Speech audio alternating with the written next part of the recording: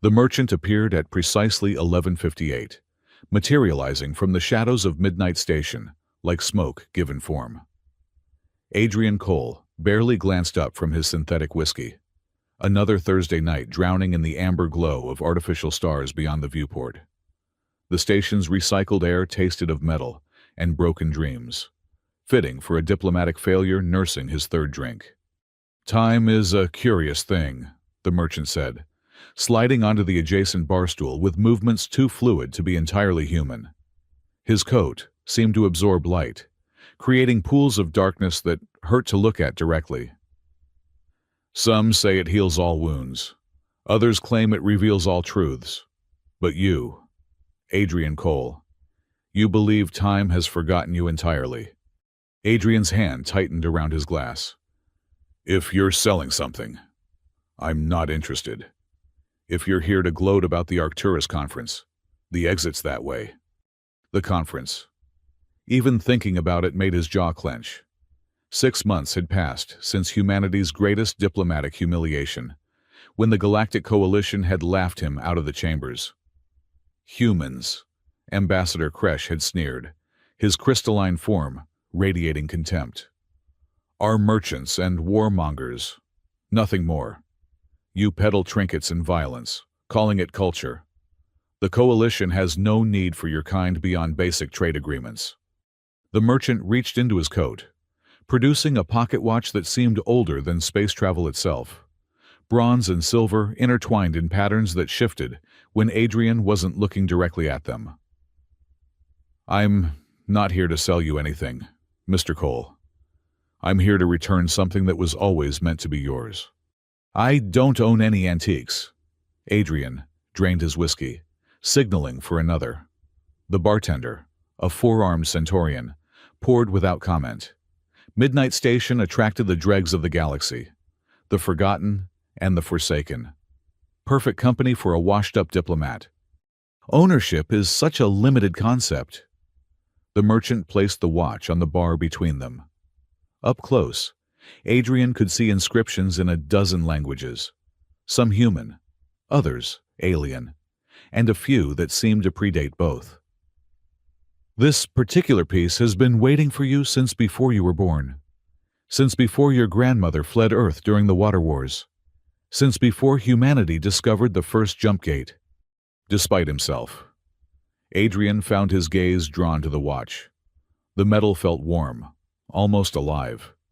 And when he touched it, a jolt of recognition shot through him. Impossible, but undeniable. "What kind of con are you running?" "No con.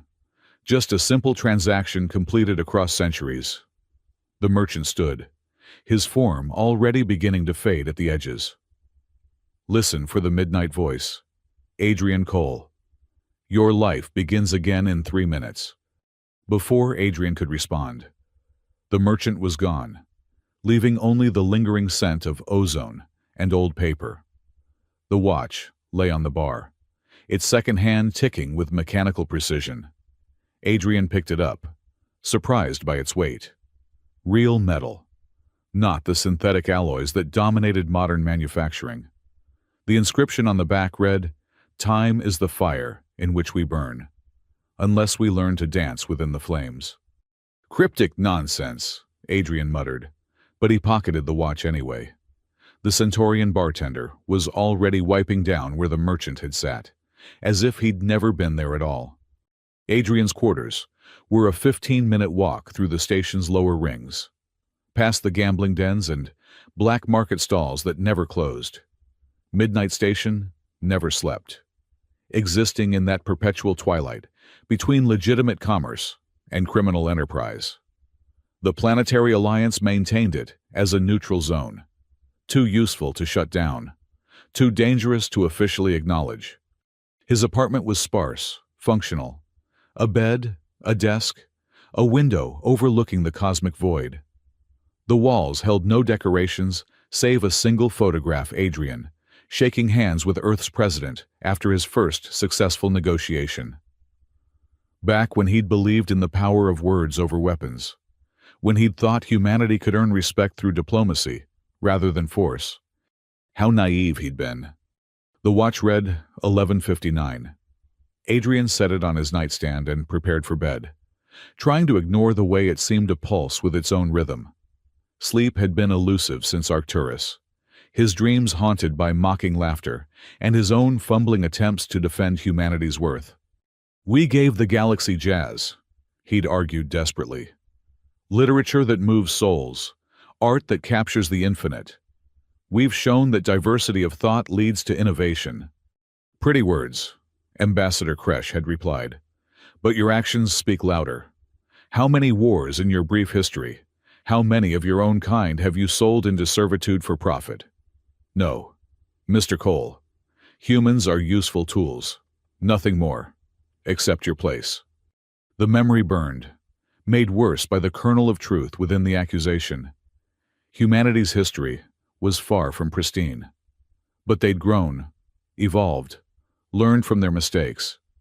Didn't that count for something? The watch chimed midnight. Adrian bolted upright as a voice, neither male nor female, but somehow both, emerged from the timepiece. "Your bride lands in 3 minutes." "What?" He grabbed the watch, examining it for speakers, circuitry, anything that could explain the voice. The metal remained stubbornly analog, gears and springs with no trace of modern technology. "Your bride lands in 3 minutes," the voice repeated, patient as time itself. Adrian's mind raced. Bride. He wasn't married, wasn't even dating. The last relationship had ended 2 years ago when Sarah had grown tired of coming second to his career. This had to be some elaborate prank, though he couldn't imagine who would bother. He wasn't important enough anymore to merit such attention. Outside his window, the normal flow of traffic around Midnight Station continued. Freight haulers, personal shuttles, the occasional military patrol. Nothing suggested an imminent arrival, bride or otherwise. 2 minutes, the watch announced. Adrian threw on clothes, grabbing his communicator and security badge out of habit. If someone was playing games, he'd find out who. The docking bays were only an elevator ride away, and his diplomatic credentials still granted him access to arrival manifests. The elevator descended through the station's core, passing levels dedicated to commerce, leisure, and less savory pursuits. Adrian pulled up the docking schedule on his communicator. 3 ships due in the next 10 minutes, a cargo hauler from Proxima, a diplomatic courier from the Vegan Confederacy, and nothing. The third slot showed only static, as if the data had been corrupted or deliberately obscured. 1 minute. The elevator opened onto Docking Bay 7, the smallest of Midnight Station's receiving areas, used primarily for private vessels and sensitive cargo. It was deserted, save for a lone technician running diagnostic checks. Adrian approached the observation window, his breath fogging the reinforced 2 polymer as he peered into the star-flecked darkness. 30 seconds. A ripple in space caught his eye, the telltale distortion of a ship dropping from hyperspace. But the signature was wrong. Unlike any drive technology he'd encountered, the distortion grew, reality bending around a point of impossible brightness. And then, the ship materialized like a dagger thrust through silk, sleek and predatory. Its hull seemed to be carved from a single piece of midnight blue crystal that reflected starlight in ways that hurt to contemplate. Weapon ports lined its flanks, currently sealed, but unmistakably military in purpose. This was a warship, built by a civilization that had perfected the art of elegant violence. "Arrival," the watch announced with what Adrian could have sworn was satisfaction. The ship settled into the docking cradle with surprising grace, its size dwarfing the bay. Adrian recognized the design aesthetic now, warrior caste of the Solovar Empire, a civilization that had turned combat into religion and honor into currency. They rarely ventured into Alliance space, and never without purpose. The technician had fled, probably to alert security. Adrian should have followed. But something kept him rooted in place. The watch had gone silent, but it thrummed against his palm like a living thing. The ship's main hatch opened with a hiss of equalizing pressure. A ramp extended, and figures began to descend. Warriors in ceremonial armor came first, their movements precise despite the elaborate plate and energy weapons. They formed an honor guard, a corridor of steel and discipline.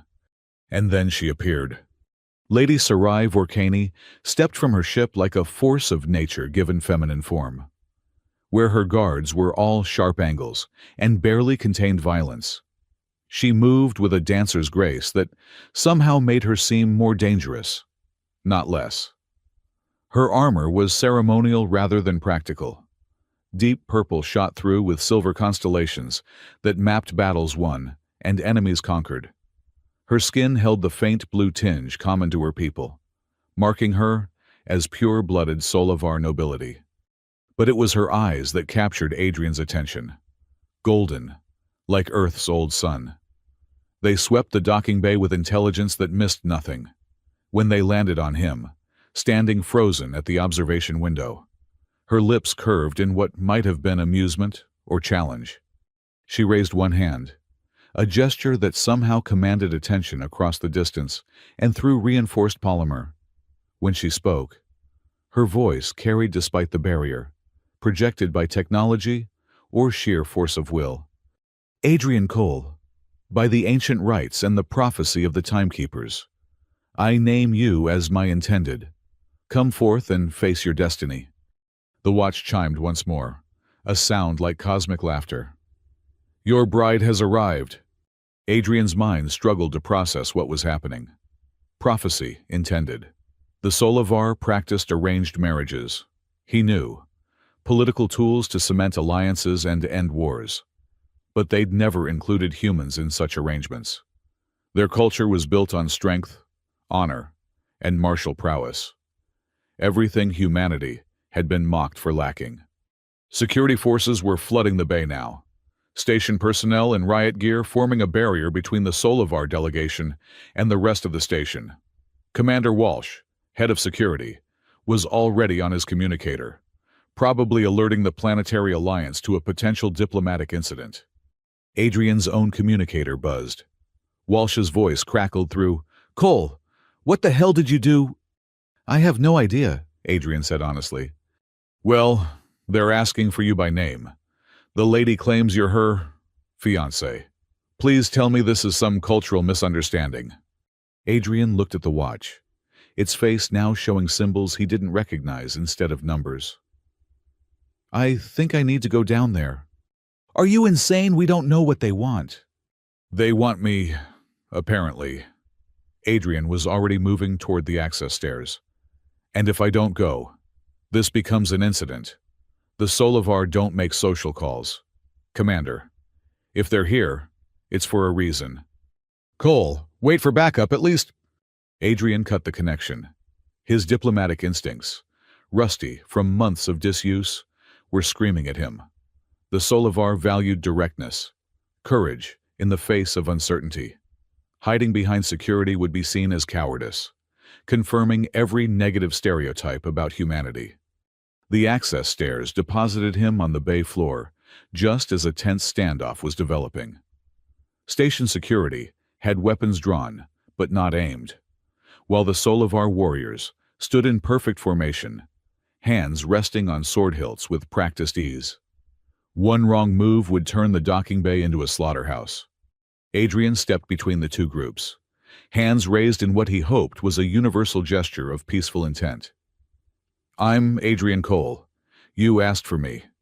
Lady Sarai studied him with those golden eyes, taking in his rumpled clothes, the day's worth of stubble, the lingering smell of whiskey.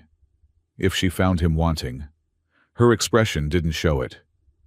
You carry the timekeeper's gift.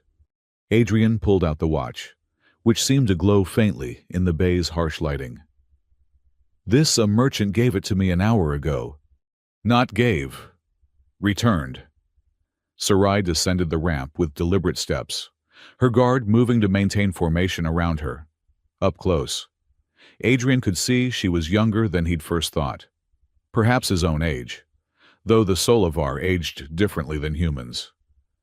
That watch has been waiting for you since the Covenant of Hours was first spoken. I don't understand any of this, Adrian said. Covenant timekeeper. And what's this about? Marriage. A ripple of something passed through the Solovar warriors. Amusement offense. Adrian couldn't read their body language well enough to tell. Sarai stopped just outside arm's reach, close enough that Adrian could see the intricate scarification on her neck that marked her victories.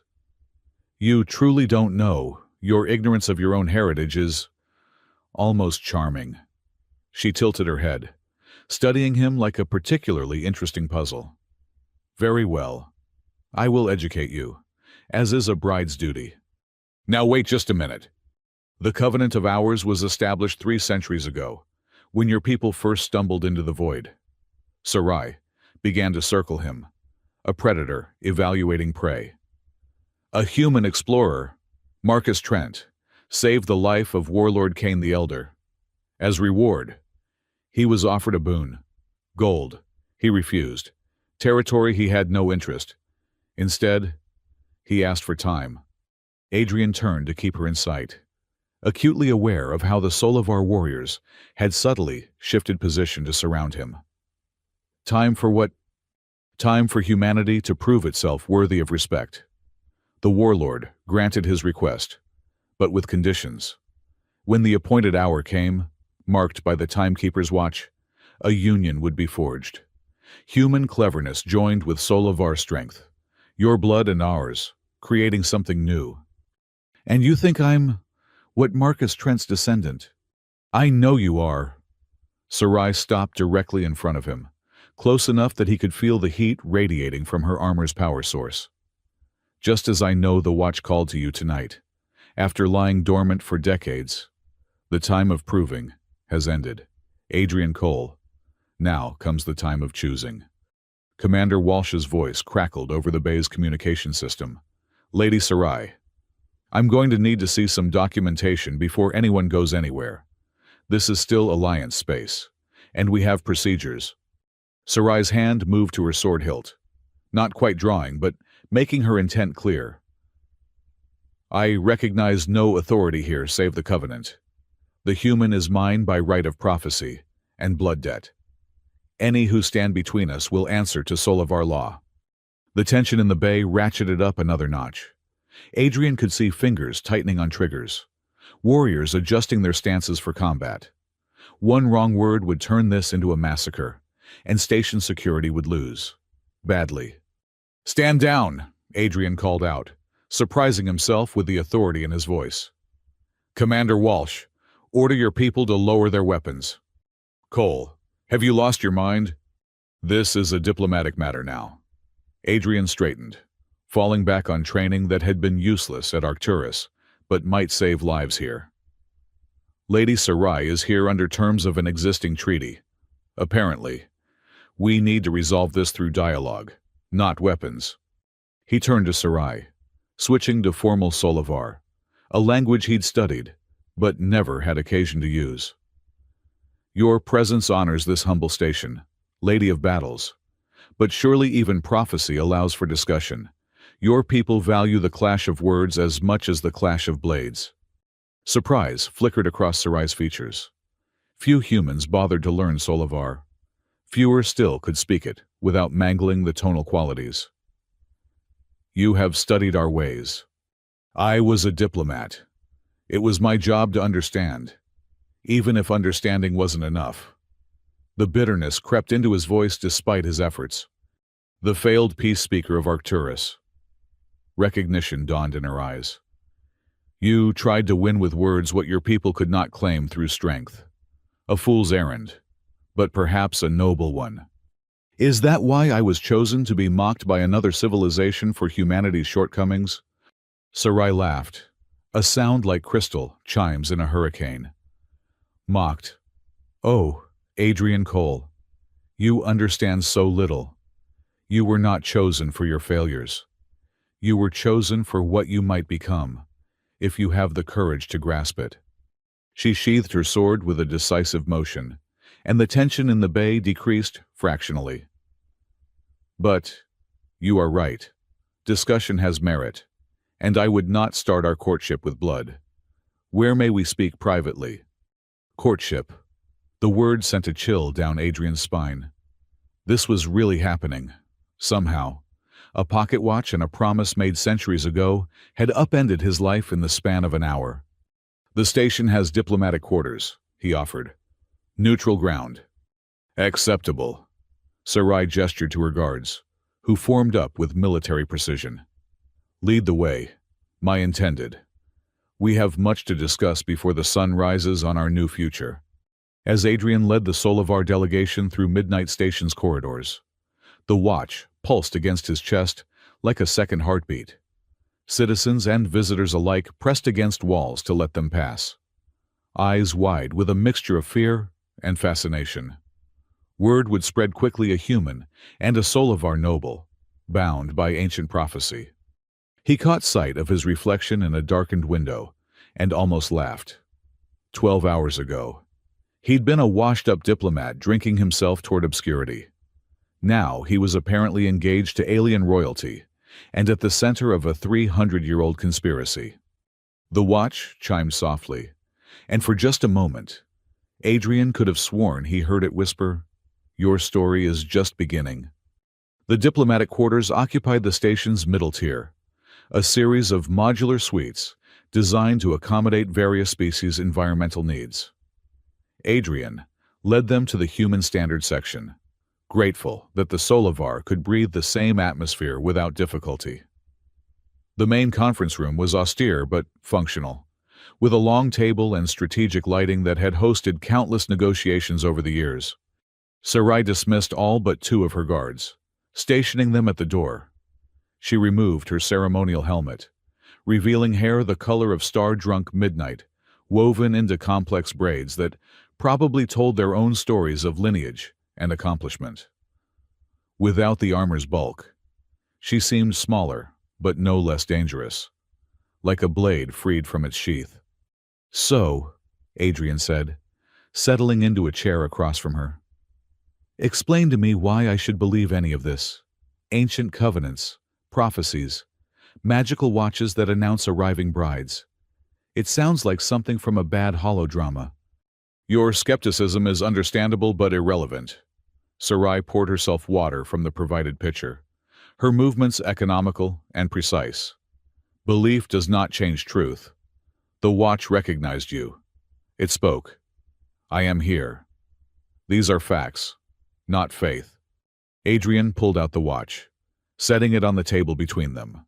In the room's neutral lighting, it looked almost ordinary, just an antique timepiece with unusual markings. "Let's say I accept the facts. What exactly do you want from me?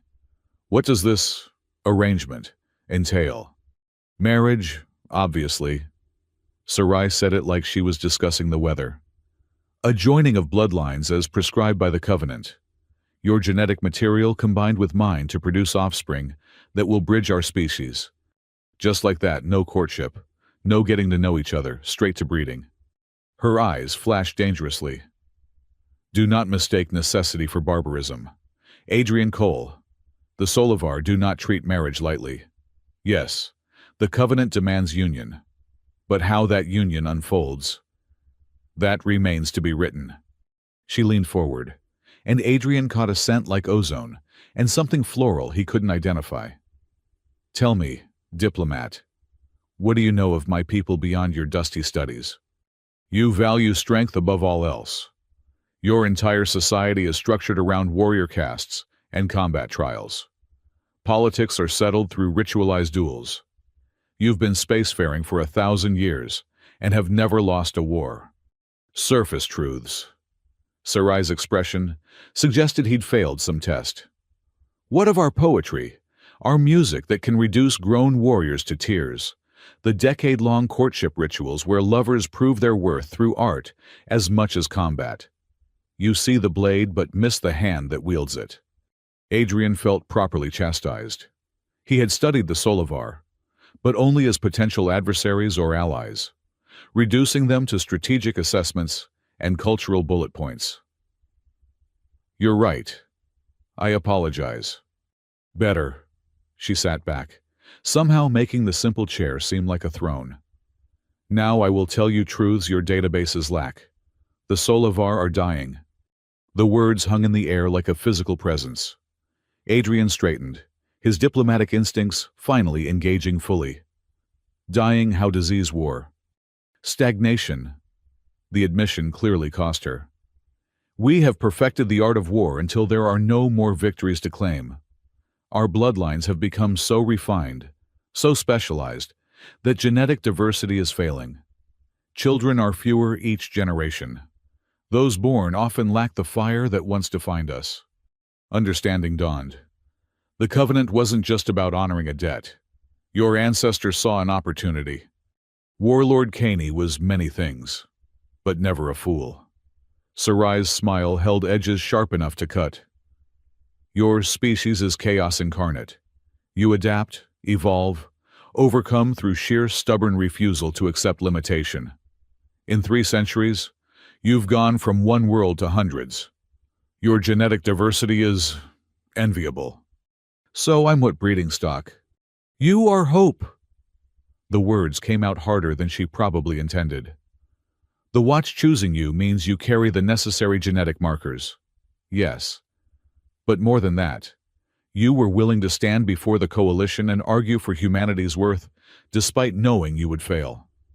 That kind of courage. It has been too long since I've seen it among my own kind.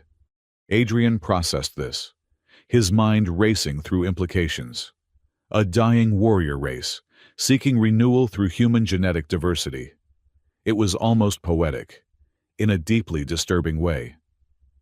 What about your own people? Surely there must be opposition to mixing bloodlines with inferior humans. Oh, there is. Sarai's hand drifted to her sword hilt, an unconscious gesture that spoke volumes. The Purity faction believes we should face extinction with honor, rather than dilute our essence. They will try to kill you, of course. Probably me as well, once they learn I've accepted the Covenant's terms. Wonderful. Any other surprises? Ritual combat tests of worthiness.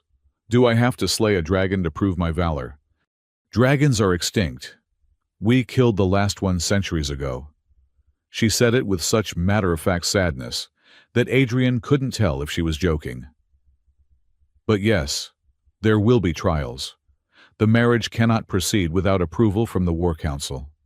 You will need to prove that human cleverness can match Solovar's strength. And if I refuse, if I say thanks, but no thanks to this whole insane arrangement? Sarai studied him for a long moment. Then you condemn both our species to slower deaths. Humanity will remain isolated, mocked, relegated to the galaxy's margins.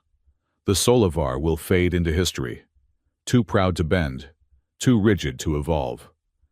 The Watch chose this moment, Adrian Cole, because this is when choice still matters. She stood abruptly, her guards snapping to attention. But I will not force you. The Covenant speaks of willing union, or none at all. You have until the 3rd sunrise to decide. I will remain on station, learning what I can of your people. 3 days to decide whether to marry an alien warrior princess and potentially save 2 civilizations? That seems a bit rushed. Time is the one luxury neither of us possesses. She moved toward the door, then paused. A question, before I go. At Arcturus, when they laughed at you, what did you feel? Adrian's jaw tightened at the memory. Rage, humiliation, a desire to prove them wrong that burned so hot I thought it might consume me. Good. Her smile was fierce and approving. That fire, that is what the Solovar have lost. That is what our children need. Think on that. Adrian Cole. She left with her guards, their footsteps echoing through the corridor like war drums. Adrian sat alone in the conference room, staring at the watch. It had resumed showing normal time, as if the last hour had been just another ordinary span of minutes. His communicator buzzed. Commander Walsh, no doubt wanting explanations Adrian didn't have. He ignored it, pouring himself water with hands that barely trembled. 3 days to decide the fate of civilizations. 3 days to accept or reject a marriage arranged before his great-grandmother was born. 3 days to prove that humanity's worth lay not in strength or conquest, but in the choice to transform conflict into cooperation. The watch ticked on, counting seconds toward a future that suddenly seemed both terrible and full of possibility. Adrian picked it up, feeling its weight, its warmth, its patient mechanical heart. "What have you gotten me into?" he asked it. The watch, for once, remained silent. But Adrian could have sworn he felt it pulse with something like anticipation, as if it too was eager to see what choices the next 3 sunrises would bring. The first sunrise came too quickly.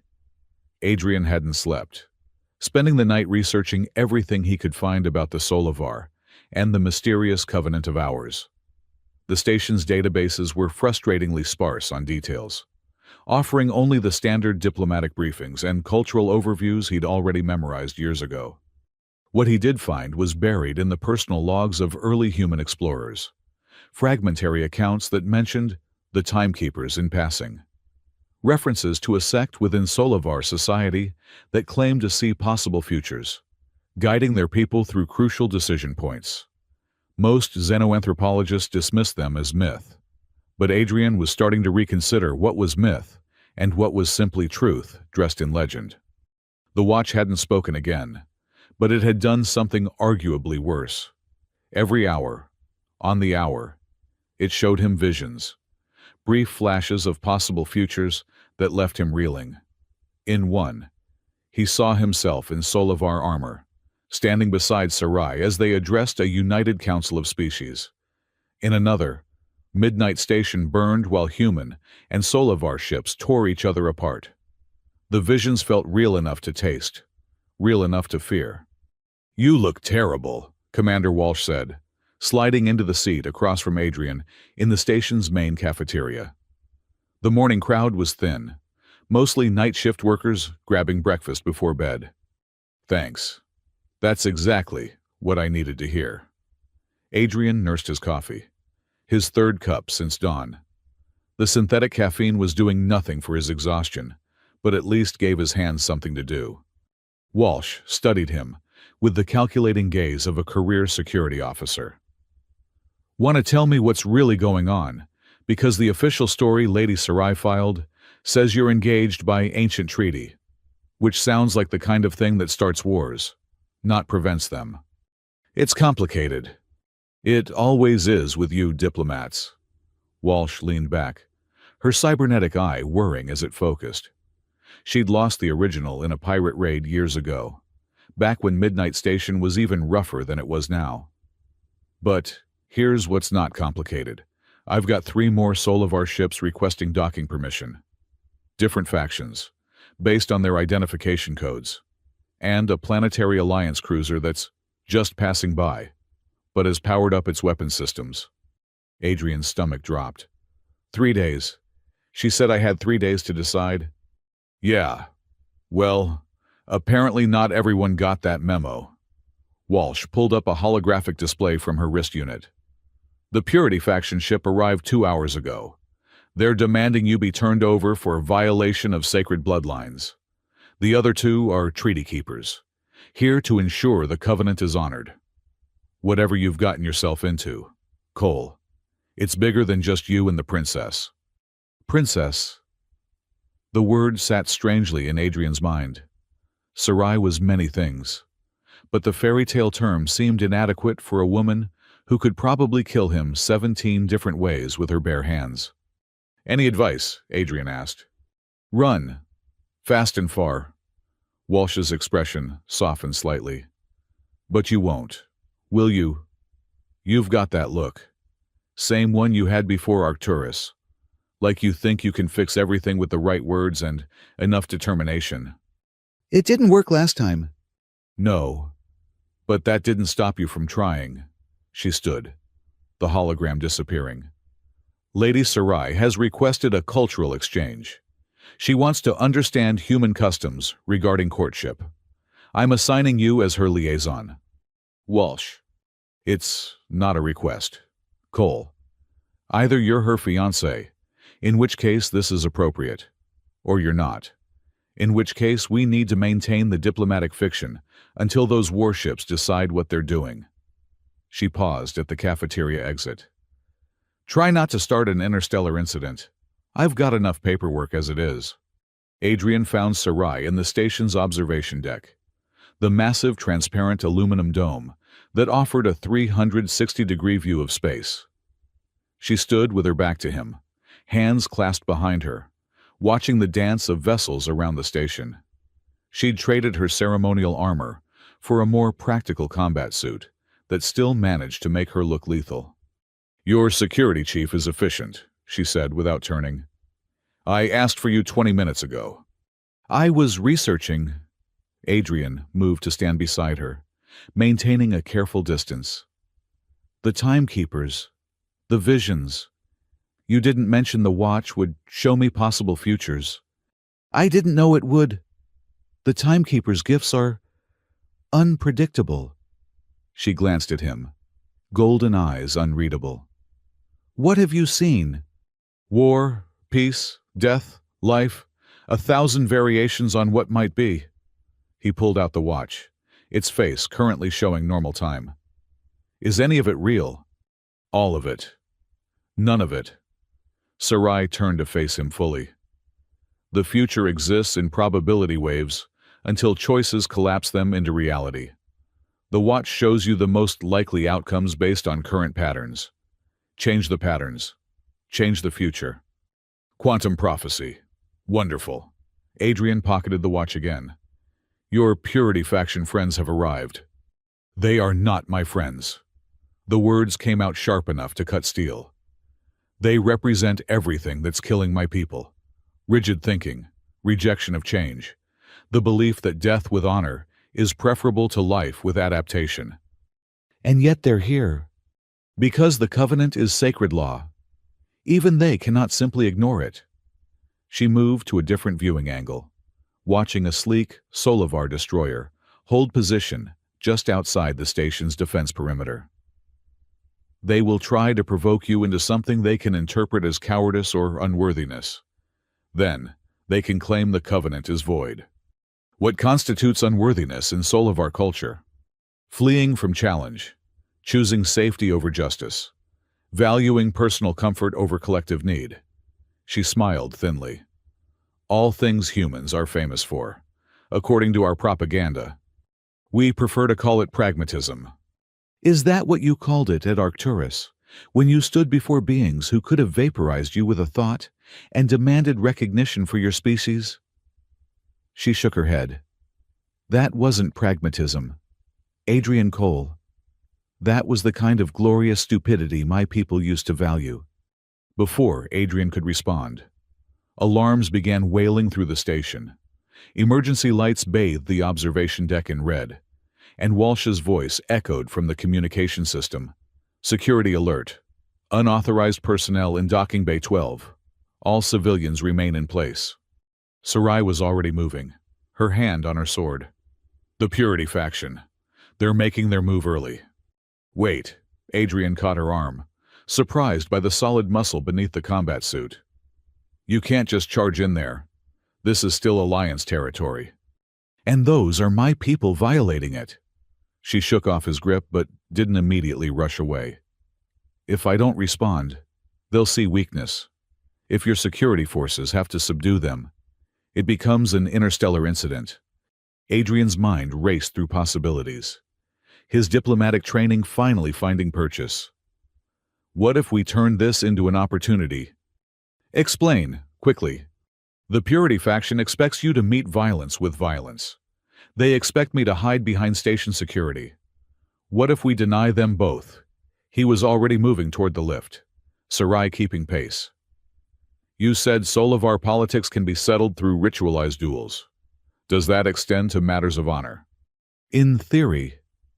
But you're not Solovar. They won't recognize your right to... She stopped mid-sentence, understanding flickering across her features. Unless you're defending the honor of your intended bride. Exactly. They can't provoke an incident if I meet their challenge directly. And if I win, They have to acknowledge the Covenant's validity. Sarai's smile was sharp and appreciative. You're asking to face warriors who've trained since birth. The odds. I've been dealing with bad odds my whole career. The lift descended rapidly toward the docking levels. Besides, I don't have to win. I just have to not lose in a way that brings dishonor. They emerged into chaos. Docking Bay 12 was a standoff waiting to explode. 5 Solivar warriors in traditional battle dress faced off against a dozen station security officers. The warriors hadn't drawn weapons yet, but their stance suggested violence was moments away. At their head stood General Varrock Thekprin, a mountain of scarred muscle and barely contained rage. His presence dominated the bay like a black hole dominated space, drawing everything toward inevitable destruction. Finally, he growled as Sarai appeared. The failed dynasty shows itself. Come to watch your pet human cower behind alien guns? I've come to witness justice, Sarai replied coolly. Though I doubt you remember what that looks like. Adrian stepped forward before Vera could respond, placing himself between the two groups. The general's eyes fixed on him with predatory interest. You must be Adrian Cole. Varrock's basic was accented, but clear. The watch-chosen mate. You're smaller than I expected. And you're exactly as diplomatic as I expected. Adrian kept his voice steady despite the way his heart hammered against his ribs. Which is to say, not at all. A ripple of something passed through the soul of our warriors. Surprise amusement, Adrian pressed on before he could lose his nerve. I understand you have concerns about the Covenant. Valid concerns. Even your bloodlines are sacred. Your traditions matter. He switched to formal Solivar, noting the way Varrock's eyes widened slightly. But if you sought understanding, you would have requested an audience. Instead, you bring warriors and threats. This tells me you seek not justice, but blood. Clever words from a clever ape, Varrock snarled. Your kind always has words, but strength, courage. These you lack. Then test me. The words were out before Adrian could think better of them. Trial by combat, as your laws allow. If I prove unworthy, I'll renounce any claim under the Covenant. When I prove otherwise, you and your faction will acknowledge its validity. The bay fell silent, except for the hum of ventilation systems. Even the station security officers seemed to hold their breath. Varrock's face cycled through emotions, surprise, calculation, and finally, a savage grin. You challenge me. You have no idea what you're... Not you. Adrian forced confidence he didn't feel into his voice. I'm not stupid enough to face a general with centuries of experience. I challenge your youngest warrior. Let them prove the superiority of Solivar blood against human determination. It was a calculated insult wrapped in reasonable terms. Refusing would suggest Varrock feared even his weakest might fall to a human. Accepting meant risking humiliation if Adrian somehow won. Varrock's grin widened. Thale, step forward. The warrior who emerged from the group was young by Solivar standards, which still meant he had probably been training longer than Adrian had been alive. Thale stood a full head taller than Adrian, his blue-tinged skin marked with the ritual scars of completed training, but few real battles. First blood or submission, Varrock declared. No energy weapons, no augmentations. Blade and body only. Adrian's mouth went dry. He'd had basic combat training like all diplomatic corps personnel, but that was defense against pirates and criminals, not dueling alien warriors. Still, backing down now would confirm every prejudice about human cowardice. Agreed, he said. Sarai stepped close, her voice low and urgent. You don't have to do this. There are other ways. No, there aren't. Adrian met her golden eyes. Your whole culture respects strength and courage. If I hide now, the Covenant means nothing. I'll just be the coward who got lucky with a magic watch. Something shifted in her expression. Thale favors overhead strikes. He's young, eager to prove himself. Use that." She pressed something into his hand, a knife. Shorter than a sword, but perfectly balanced. For luck. The center of the bay was cleared, creating an impromptu arena. Adrian tested the knife's weight, trying to remember everything he'd learned about bladed combat. It wasn't much. Thala drew his own blade, a curved sword that sang as it cut the air. His movements were economical, trained, perfect. Everything Adrian wasn't. "Begin," Varrock commanded. Thala moved like lightning. The overhead strike Sarai had warned about coming faster than thought. Adrian threw himself sideways, feeling the blade part the air where his head had been. He rolled, came up, barely got his knife up in time to deflect a follow-up slash. The impact jarred his entire arm. Thala was strong, stronger than any human Adrian had faced in training. But he was also young, eager, pressing his advantage without thought for defense. Adrian gave ground, letting Thala chase him around the makeshift arena. Let him get confident, cocky. The watching Solovar began to mutter, some laughing at the human's apparent cowardice. Even some of the security officers looked uncomfortable. "Fight me!" Thale snarled, frustration creeping into his perfect form. "Stop running like prey!" "I am fighting," Adrian gasped between dodges. "Just not the way you expected."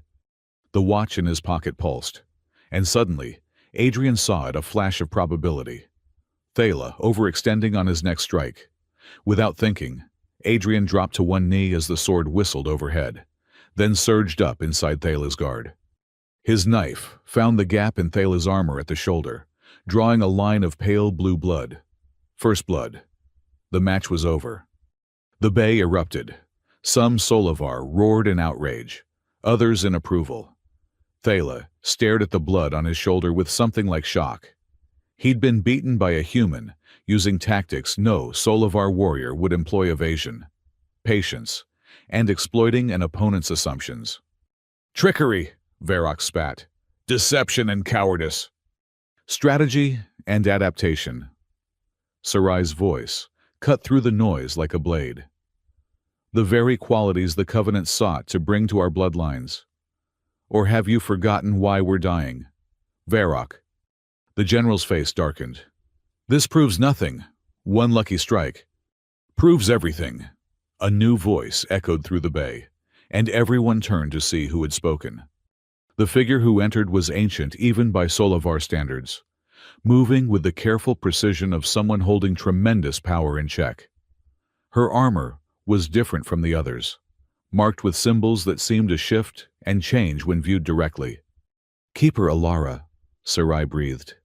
"I didn't know you were—" The watch spoke. "I came." The elderly Solovar approached Adrian, her eyes holding depths that made him think of black holes and quantum uncertainties. "You carry Marcus Trent's blood truly. I can see it in the probability streams around you." She turned to address the entire bay. "The Covenant stands. The human has proven worthy by the oldest law of victory, through adaptation. Any who challenge this face not just him, but the timekeepers themselves." Varrock looked like he wanted to argue, but even he wouldn't openly defy a keeper. "This isn't over," he said finally.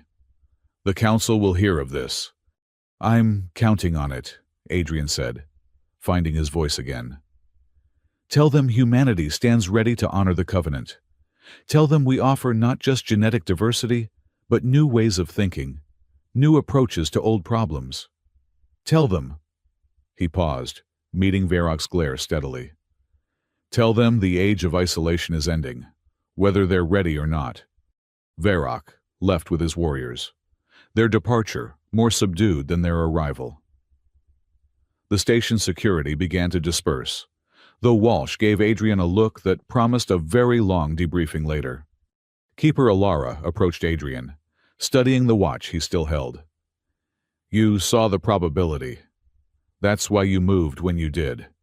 It wasn't a question, but Adrian nodded anyway. "A flash, just enough to know when to act."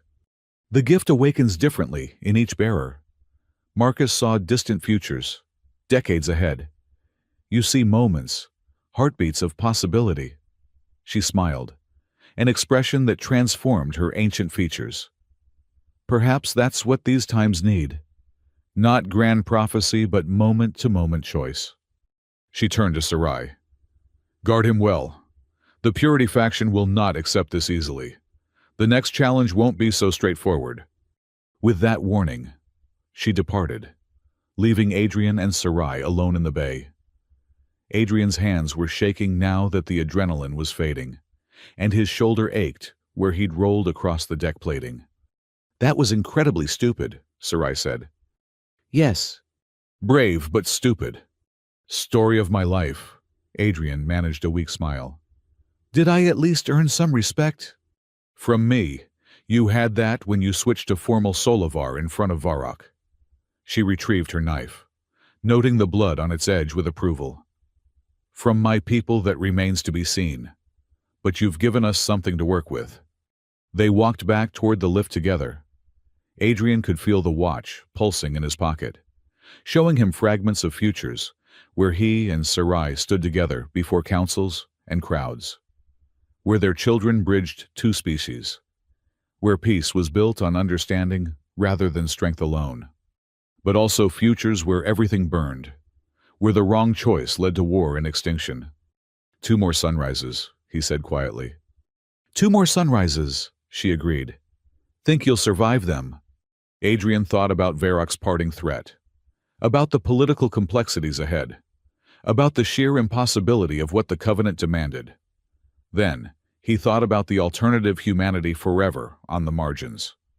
The Solovar fading into history, both species diminished by their inability to change. One way to find out, he said. The watch chimed midnight, though it was barely past noon station time. When Adrian pulled it out, the face showed not hours, but star charts, coordinates that meant nothing to him, but made Sarai inhale sharply. Those are the coordinates for the treaty world, she said. Where the Covenant was first signed. Is that where we're supposed to go? Eventually, if you accept, if we survive. She was quiet for a moment.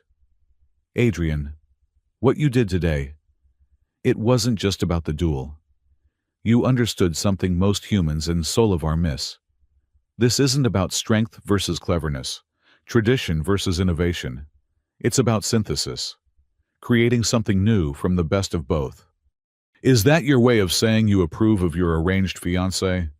Her laugh was surprising, rich, and genuine. I'm saying you're not what I expected when the Keepers told me about the Covenant.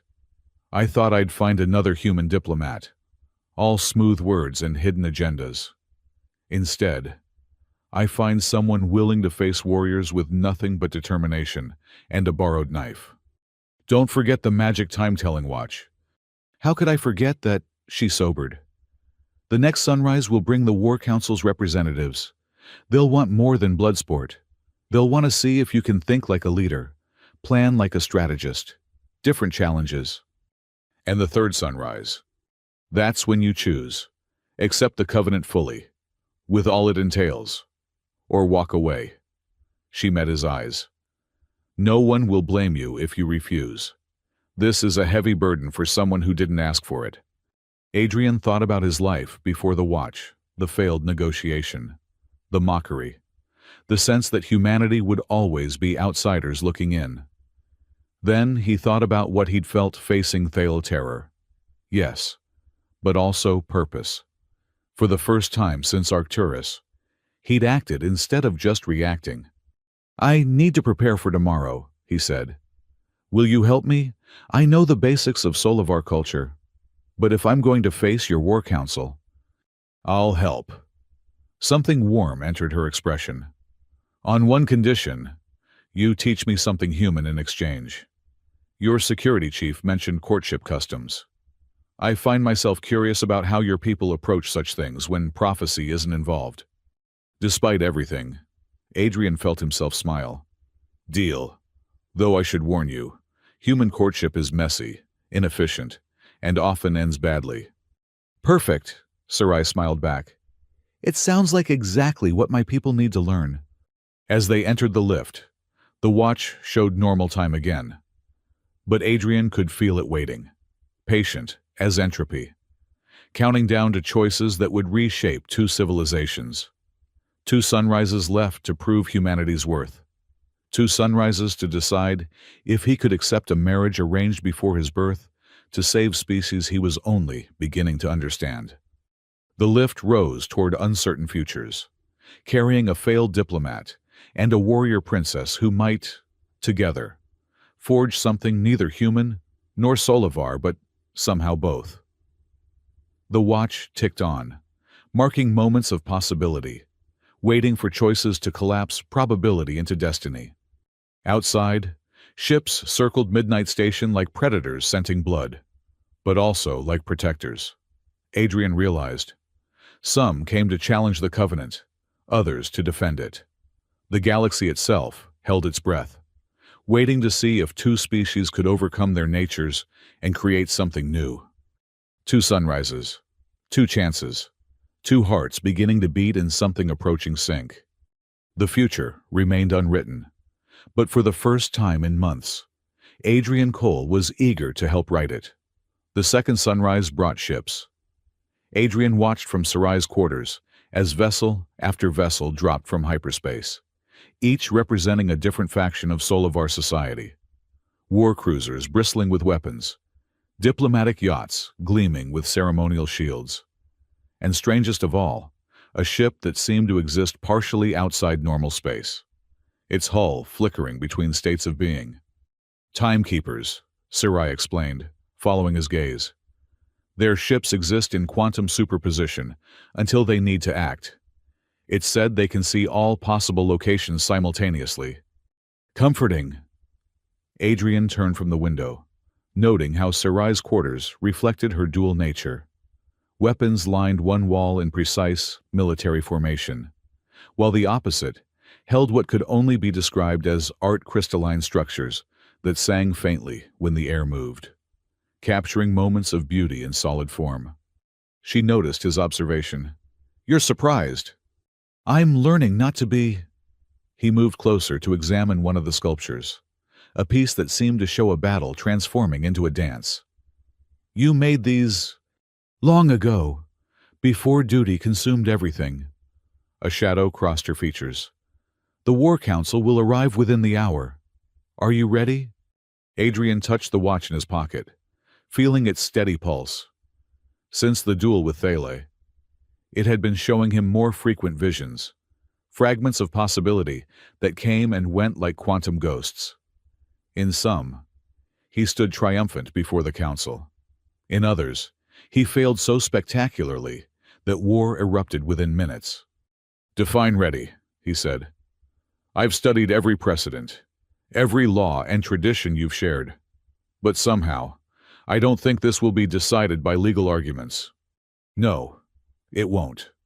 Sarai moved to her armor stand, running her fingers along the ceremonial breastplate. "The War Council respects results. Show them how humanity's approach can solve Solivar problems, and they'll listen. Fail." She didn't need to finish. A chime announced Commander Walsh at the door. The security chief entered with an expression that managed to combine exhaustion, exasperation, and grudging respect. "The Planetary Alliance just sent an official inquiry," she announced. "They want to know why half the Solivar fleet is parked on our doorstep. I told them it was a cultural exchange program. They didn't believe me." "How much do they know?" Adrian asked. "Enough to be nervous. Not enough to do anything about it." Walsh's cybernetic eye focused on him with mechanical precision. "Cole, whatever you're planning for this council meeting, it better be spectacular. We've got news crews from 17 different species in the public gallery.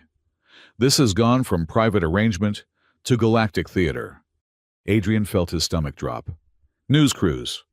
Someone leaked the story. Human diplomat claims ancient alien bride. The headlines write themselves." Walsh pulled up a holographic display showing various news feeds. Most were skeptical, some mocking, but all were watching. "The Purity faction," Sarai said with disgust. They're trying to force a public failure. If Adrian stumbles before a galactic audience, humanity becomes a laughingstock. Again. Adrian stared at the feeds, seeing his own face from the Arcturus debacle being recycled with new, crueler captions. They're using my past failure as proof. This is all some delusion. Is it? Walsh asked quietly. Cole, I've known you for 3 years. You're many things, but delusional isn't one of them. So tell me straight, is this real? Adrian pulled out the watch, letting its weight settle in his palm. As if responding to his touch, it flickered through several display star charts, probability curves, and finally words in an ancient human language he somehow understood. Choose the impossible. It's real, he said. As real as quantum mechanics and just as strange. Walsh studied him for a long moment, then nodded. All right, then let's give them a show they won't forget. I've cleared Conference Hall 1. It's the biggest space we have, and I've had my people set up full security. Whatever happens, it'll be safe and very, very public. After she left, Sarai helped Adrian into clothing she'd procured, not Solivar armor, which he hadn't earned the right to wear, but a hybrid design that acknowledged both cultures. The base was a human diplomatic suit, but reinforced with Solivar defensive weaving and marked with symbols of provisional alliance. You look like someone caught between worlds, she observed. Accurate. Adrian adjusted the collar, which felt both familiar and alien. That's what this whole thing is about. Isn't it finding a space between worlds where something new can grow? She stepped closer, close enough that he could see the faint patterns in her blue-tinged skin, like star maps drawn in flesh. Adrian, there's something you should know before we face the Council. The visions the Watch shows, they're not just possibilities. They're probabilities weighted by intention. The more you want a particular future, the more likely you are to see it. Meaning, be careful what you wish for. Her hand touched his briefly, a gesture that sent electricity through his entire arm. The watch responds to deep desire, not surface thoughts. It will show you what your heart wants, not always what your mind thinks it needs. Before Adrian could process that warning, his communicator buzzed. The War Council had arrived. Conference Hall 1 had been transformed into something between a courtroom and an arena. Tiers of seating rose on all sides, packed with representatives from dozens of species.